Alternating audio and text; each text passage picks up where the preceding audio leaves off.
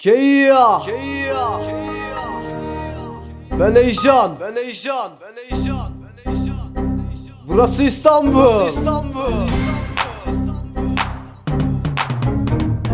Bugünlerde farklı piyasa, herkes içinde patlayan bu disi konuşuyor. Çoluğa çocuğa cevap yoktu lakin siz kaşındınız domalın önümde. Nerede varsa hasmım toplansın, jigolanız geldi rapçi sikiyorum. Varsa itiraz buradayım ben oğlum, hepiniz ben tek hadi bekliyorum. Rap dalında piyasa yapma peşinde o kadar insan tanıdım ki sorma. Önce gider yapıp sonra yarrağımın tadına varınca abi yapma. Yalan dolanlı orospu misali ortalıkta gezinen onca adam var. Ayık takılın oğlum, burası benim, ben sikince sızlar kemikleri. Adamına göre muamele burada koçum, sen gibilerine veriyoruz biz odun. Al üstüne otur bak keyfine, sen sadece dinle bu disim kudurtur. Demiştim sana bulaşma birader, giy fistanı git hele yap dedikodu. Karı kılıklı bok çuvalları sizi, şimdi bu piyasana sizi mi konuşsun? Gülüyorum aşkım kurtar beni, ben tuvalete gidemiyorum yokluğunda. Bir aydır sıçamıyorum kabız oldum, uysa ben seni çok seviyordum. Sizde rap bundan ibaret işte, sizin yüzünüzden arabesk yazmıyorum. Yaptığınız duygusal şarkıları tuvalette sıçarken dinliyorum. Demiştim size benle uğraşmayın, top sikmiyorum, uzak durun hani. Primse derdin aldın hakkını, tek seferde koydum size farkı. Oldunuz etiket gel bir daha sikek, yarrak kolikmiş adım birader. Diğerinin de olmayan beyninin hücrelerinin ta amına koyayım. Öyle montajda olmuyor bu iş, hardcore bu koçum yani sert sikiş. Öğrenin bunu ve yazın bir kenara, siktiğimin follow nesi seni. Kudurma dur daha bitmedi işimiz, bundan sonra dibimde karımsın. Ben siktikçe dinleyecek herkes, piyasa kaşarlara haddini bilsin. Farkına fark mugo geldi koca yarak, şu embesil boş insanlara bak. Söz çalmışım ben beat istemişim, sözde yalanlar beyninizi sikeyim. Yalanı dolanı bırak bir kenara, gel benle yarış mugo, benle kapış. Sen erkek değilsin oğlum embesil, bokunda boncuk arar rap işin değil. Gel dilime dolan bak oldu ne olan, rap hayatınız bu diz kadardı lan. Oturun mikrofona keyfinize bakın, osursanız daha çok tutulur lan. Koydum öldü belediye gömdü sizi, kulağında çınlasın bu sözlerim. Belki özlerim size yeniden tekrar sikmek isterim. Aklına düşer ve tribe girersin, heyecan bizi ne sikmişti dersin.